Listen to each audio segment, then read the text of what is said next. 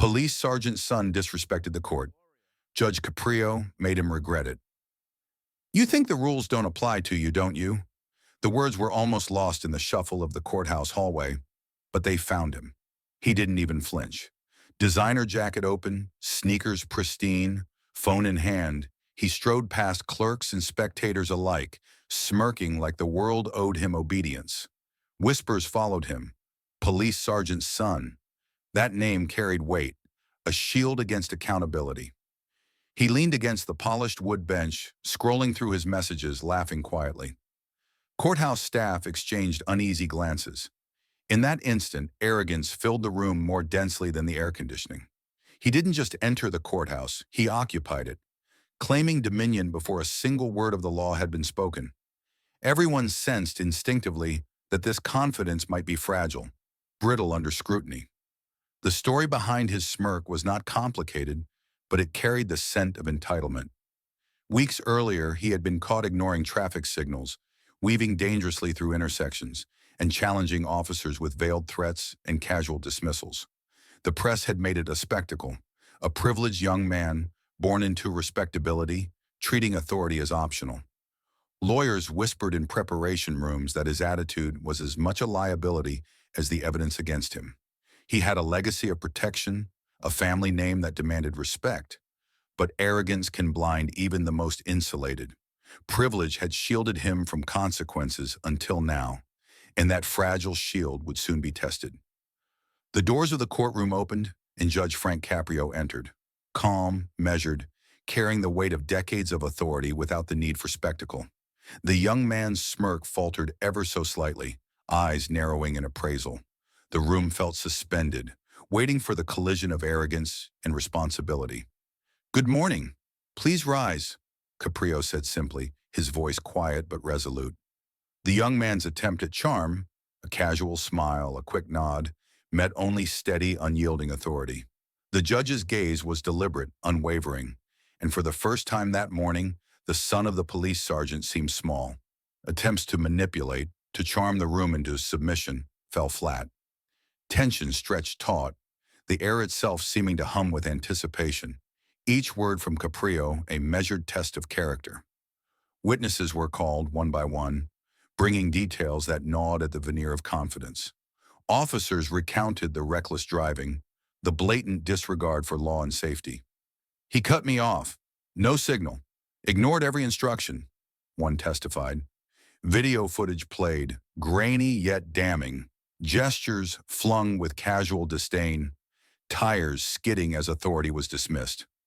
The defendant laughed at first, a nervous, hollow sound meant to deflect. Murmurs filled the room, a subtle chorus of disapproval. The judge leaned forward. "Do you understand the seriousness of this behavior?" His words were calm but carried the weight of moral gravity. Each testimony, each frame of evidence, chipped away at the facade. The audience watched, waiting, sensing the inevitable collapse of arrogance beneath the weight of truth. When Caprio finally spoke directly to the young man, it was not to lecture on the law, but on character. Privilege carries responsibility. It does not grant immunity. Respect is not inherited, it is earned. The courtroom seemed to hold its breath. The young man shifted, uneasy, the first tremor of recognition that his actions had consequences. The judge's scrutiny pierced beyond legality, exposing moral failure, entitlement, and a dangerous sense of invulnerability. "You have the power of your name," Caprio continued, "but power without conscience is no defense at all." There was a pause, pregnant and precise, where arrogance faltered, leaving only reckoning. The verdict, when it came, carried symbolic weight beyond the legal sentence. Community service, fines, a public apology, measures designed not merely to punish, but to teach accountability, to reconstruct the moral understanding that privilege cannot replace. Relief rippled through the courtroom, tempered with a sense of satisfaction at witnessing justice applied thoughtfully. The young man absorbed the judgment, a mixture of humility and embarrassment etching across his features. The scales of justice, momentarily imbalanced by arrogance, had righted themselves. Observers understood the subtlety. Moral clarity and measured authority could achieve a justice far deeper than punishment alone. Weeks later, he began his community service. Tasks that once seemed beneath him now became lessons in humility, cleaning streets, assisting the elderly, encountering ordinary people whose respect was not automatic, but earned. Media coverage framed the story as more than a legal victory. It was a moral lesson in personal responsibility, in the consequences of arrogance. Conversations around dinner tables, in classrooms, and across social media echoed the same idea. Respect and accountability cannot be inherited, only demonstrated. His father watched silently, perhaps more proud of the moral reckoning than any shield his name could offer. In the end, the courthouse became a classroom, and the judge's measured words lingered like a memory etched in stone. Authority tempered with empathy, tempered with clarity, restored not just order, but character. Arrogance, exposed and corrected, had transformed into reflection. The story closed with a lingering question, unspoken but palpable. In a world often tilted by privilege, what would each of us do when confronted by justice that demands both humility and integrity? The answer, as the young man now knew, was rarely comfortable, but always necessary. Weeks before he strode into that courtroom with a smirk, the young man had already made his mark, one that no amount of charm or privilege could erase. Traffic cameras had caught him speeding through intersections, weaving recklessly between cars, horns blaring as pedestrians jumped back in alarm.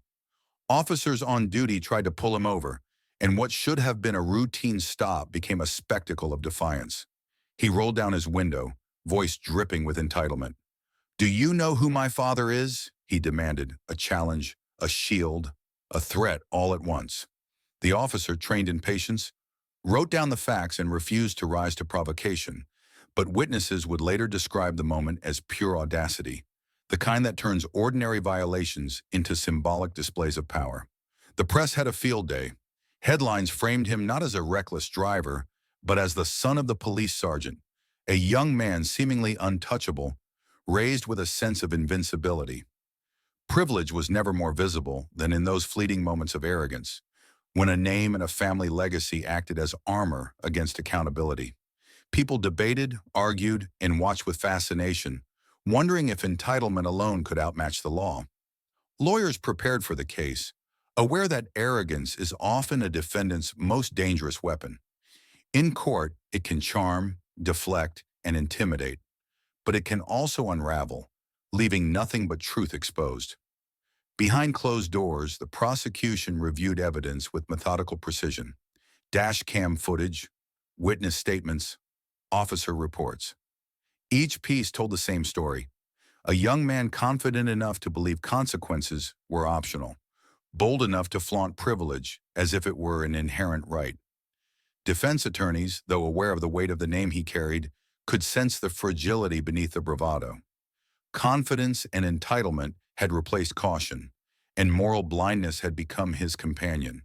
The audience, watching from beyond the courtroom, could almost see it unraveling, each act of defiance storing tension like a coiled spring, waiting for the right moment to release.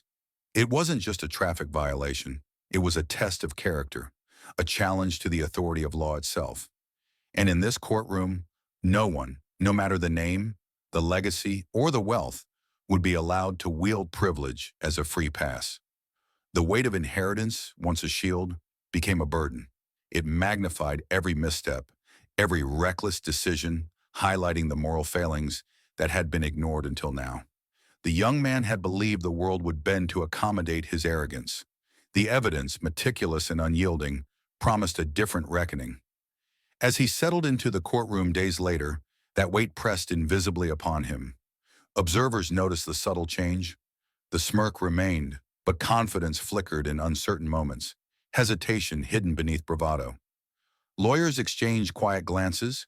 Officers waited patiently to testify. The atmosphere thickened with anticipation. Everyone sensed that arrogance alone, even backed by a family name, might not survive the scrutiny of truth. And yet the young man remained unaware of the storm gathering, the moral reckoning about to unfold under the calm authority of Judge Caprio. Privileged or not, some lessons demand attention. Some reckoning cannot be avoided. In the moments before the gavel would strike, it became clear. Entitlement had brought him here, but it would not protect him. Justice, patient and precise, would. In the courtroom, filled with witnesses, staff, and an audience hungry for integrity, waited for the inevitable confrontation, where arrogance would meet its match. The doors opened and silence fell, not from formality, but from the weight of presence. Judge Frank Caprio entered the courtroom, his steps deliberate, measured, carrying authority that needed no announcement. The young man shifted in his seat, smirk in place but confidence slightly fractured. The judge's gaze met his, steady and unwavering, a quiet mirror reflecting every ounce of arrogance back at him. It was the first time he felt the invisible walls of privilege shrink, as though the air itself had turned heavier, charged with expectation. "Good morning, please rise." The words were calm, almost casual, but carried the precision of decades on the bench. The defendant stood, a little too slowly, a little too conscious of the courtroom's gaze. He attempted a half smile, a subtle nod meant to charm, but the judge remained unaffected. The room seemed suspended, each heartbeat measured, each second thick with anticipation. Caprio did not speak to fill silence. He spoke to test character, to expose intent, and to measure moral fiber against the law. The proceedings began, and immediately the contrast was clear. The young man attempted to dominate with casual humor, quick remarks, gestures meant to distract. "I wasn't speeding," he quipped at one point, as if a flippant tone could erase the evidence. Caprio's reply was deliberate. "The law does not respond to charm, it responds to facts." Each word stripped away pretense, revealing the fragile core beneath entitlement. The courtroom leaned in, sensing that this was more than a hearing. It was a reckoning.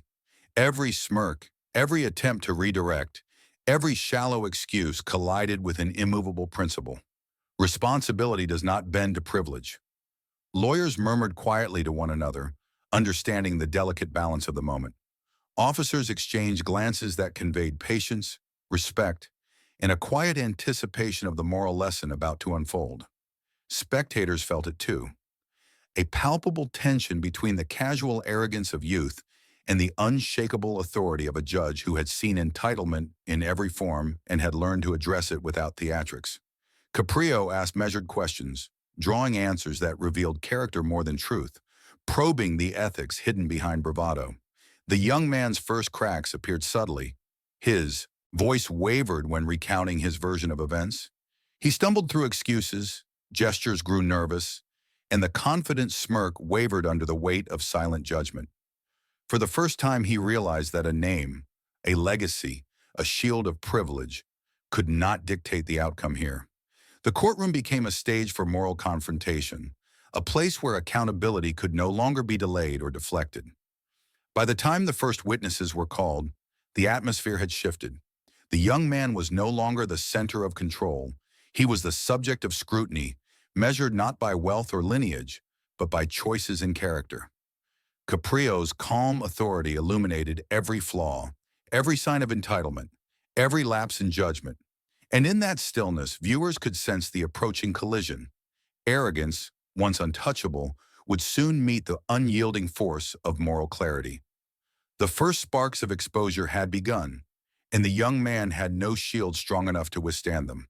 The first witness took the stand, and with each word, the young man's world of entitlement began to crack. Officer Daniels recounted the reckless driving, his voice calm but edged with frustration. He cut across 3 lanes without signaling. I had to slam my brakes to avoid a collision.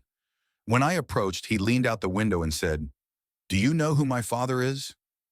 The courtroom went quiet. The words echoed louder than any honking horn, exposing the raw audacity that had carried him so far, yet now seemed fragile under scrutiny. Video footage followed, grainy yet undeniable. Tires squealing, cars veering to avoid collision, a hand flung dismissively at an officer's directions. The young man laughed initially, a nervous, forced sound meant to shrug off shame. Murmurs of disapproval filled the room, the audience silently judging, collectively witnessing the unraveling of arrogance. His smirk faltered, eyes darting, fingers tapping nervously on the bench. Caprio leaned forward, voice measured. Do you find this behavior acceptable? A silence heavier than any scolding answered the question. Witness after witness detailed the disrespect, each story more damning than the last. Pedestrians recalled near misses. Other drivers described being cut off, forced to swerve. Each testimony was a hammer striking at the fragile armor of privilege, leaving the defendant visibly unsettled. He attempted flippant jokes, half-heartedly questioning the recollections, but the courtroom's murmurs grew louder, a subtle chorus of moral disapproval. Entitlement, he was learning, had no defense here.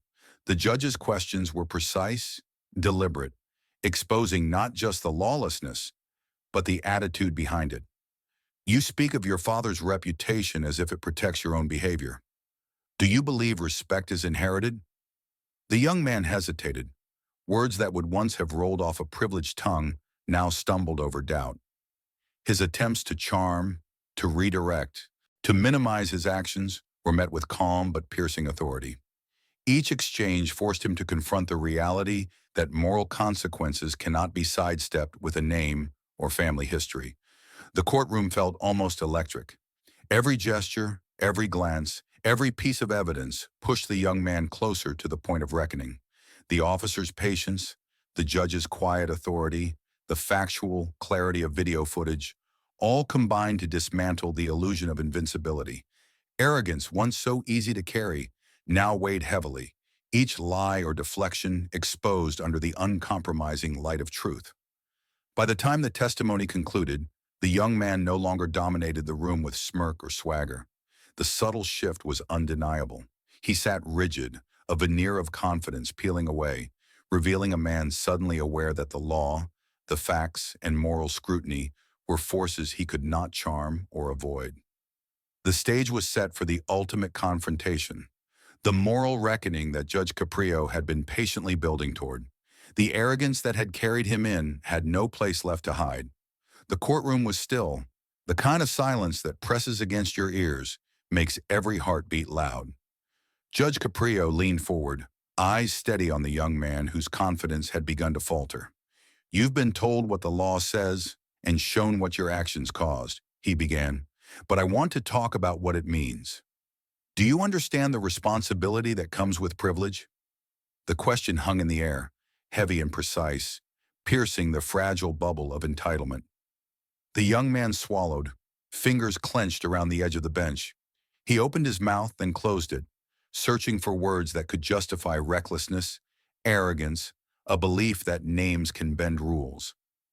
I didn't mean to, he stammered, but the judge interrupted, calm yet firm. Intent does not erase consequence.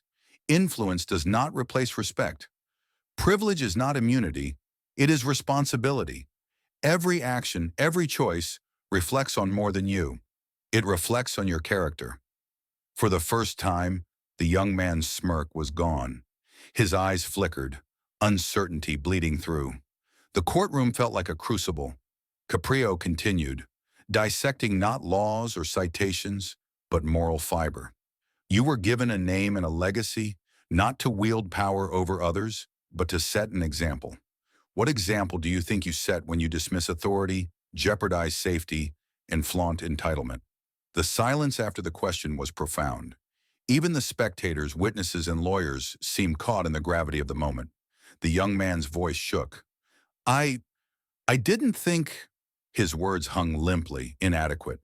The judge's gaze held him accountable, not just legally, but ethically. Not thinking is not an excuse. Awareness, empathy, and respect, these are the measures of a person's worth. You have yet to learn them, and today is your first lesson. The courtroom leaned in. Every syllable was a mirror held up to the son of the police sergeant, reflecting arrogance, moral blindness, and the stark consequences of both. Caprio paused, allowing the weight of his words to sink in. You thought your name could carry you through, that privilege could shield you from judgment. But the law is patient, and justice is impartial. The truth cannot be ignored. The consequences of your actions are not just a lesson in legality. They are a lesson in conscience. The young man's hands trembled now, and for the first time he looked genuinely small in a room where size and influence had once meant so much. In that moment, justice became more than punishment. It was a revelation. The arrogance that had once dominated the courtroom now stood exposed, naked against the steady, piercing light of ethical scrutiny. The audience felt it too. Tension, anticipation, moral clarity forming like a wave cresting before it breaks. The judge had not just dissected a reckless act, he had dissected the character behind it, exposing entitlement, pride, and the illusions of immunity. The stage was ready for the verdict, and the courtroom held its collective breath, awaiting the moment when justice would not merely punish, but teach, correct, and restore balance. The moment arrived with a quiet gravity. Judge Caprio's gavel hovered in the air, not as a weapon, but as a signal that reckoning had come. After reviewing the evidence, the testimonies, and considering your conduct, he began, the court finds that punishment alone will not serve the purpose of justice. This is not merely about law, it is about character. The young man's shoulders stiffened, eyes darting, as if the calm authority before him might somehow shift. It did not. Your sentence will be symbolic, corrective, and meaningful, Caprio continued. You are required to perform community service, to pay fines appropriate to the gravity of your actions, and to issue a public apology to those affected by your reckless behavior. A murmur ran through the courtroom. Relief, approval, and satisfaction intermingled in the air. The sentence was not just legal, it was moral. It balanced accountability with an opportunity to reflect, to learn, to understand the weight of privilege and the responsibility it carries. The young man swallowed, realizing the depth of what was being asked. No amount of charm or bravado could undo the consequences now. The community service would place him in direct contact with ordinary people, requiring humility and effort, while the public apology demanded ownership, recognition, and sincerity. It was not punishment for punishment's sake. It was a lesson he could not bypass. And the courtroom, silent and watchful, recognized that justice had been delivered not merely by law, but by clarity, patience, and moral authority. The press coverage after the verdict emphasized the subtlety of the judge's decision. Headlines highlighted more than the sentence. They celebrated the principle: accountability over privilege, integrity over influence. Observers noted the delicate balance struck: no spectacle, no humiliation, but a clear, unwavering assertion that entitlement could not escape consequence. The young man had been exposed, confronted, and corrected, all without theatrics, and yet the moral weight of the lesson was unmistakable. As he left the courtroom that day, the look in his eyes had changed. Confidence remained, but humility had begun to seep in. He understood, finally, that names do not grant invincibility, that privilege is not a shield from responsibility, that every choice carries consequences, moral and legal. The courtroom, once a stage for arrogance, had become a mirror, reflecting not just what he had done, but who he was, and who he could become if he faced the lesson honestly. The gavel's echo lingered longer than the words. Justice, measured and morally precise, had achieved more than compliance. It had demanded reflection, introspection, and growth. The young man had walked in believing the world owed him leniency. He left knowing that integrity, accountability, and respect are earned, not inherited. And in that realization, the first true shift in character began, setting the stage for what could be redemption, should he choose to embrace it. Weeks passed, and the courtroom had long emptied, yet the lesson lingered, etched into the lives it had touched. The young man began his community service, tasks that once seemed beneath him now becoming daily reminders of responsibility. He swept streets, assisted elders, helped at shelters, ordinary work that demanded humility, patience, and a measure of respect he had never truly needed to summon before. At first, his movements were mechanical, his head bowed but his mind wandering, still clinging to the remnants of entitlement. Yet slowly awareness grew. Each interaction, each small act of service, chipped away at arrogance, replaced by a hesitant understanding that respect is earned, not inherited. The public watched. Media coverage framed the story not as a spectacle, but as a moral lesson. The son of a police sergeant, brought low not by wealth or influence, but by the uncompromising balance of accountability and ethics. Commentary focused on integrity over privilege, personal responsibility over inherited status. Conversations emerged at schools, dinner tables, workplaces about entitlement, character, and the consequences of actions, even when shielded by a famous name. The story became more than a courtroom case. It became a societal reflection, a mirror held up to anyone who had ever assumed they were untouchable. At home, family dynamics shifted subtly.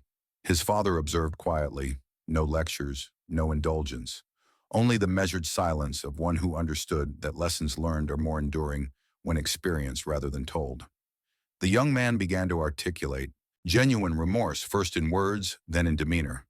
Apologies were delivered, not performed, and slowly the weight of moral clarity reshaped his understanding of power, influence, and humility. The courtroom's lesson had extended beyond law into life, demonstrating the transformative potential of justice tempered with patience and wisdom. Even in casual conversations among friends or strangers, he now confronted the reality that entitlement has limits and respect cannot be commanded. Every act of consideration, every acknowledgement of another's value became a small victory against the arrogance that once defined him. He began to recognize the broader truth. Authority and privilege are responsibilities, not privileges to wield selfishly. It was a hard lesson, one measured in sweat, reflection, and accountability.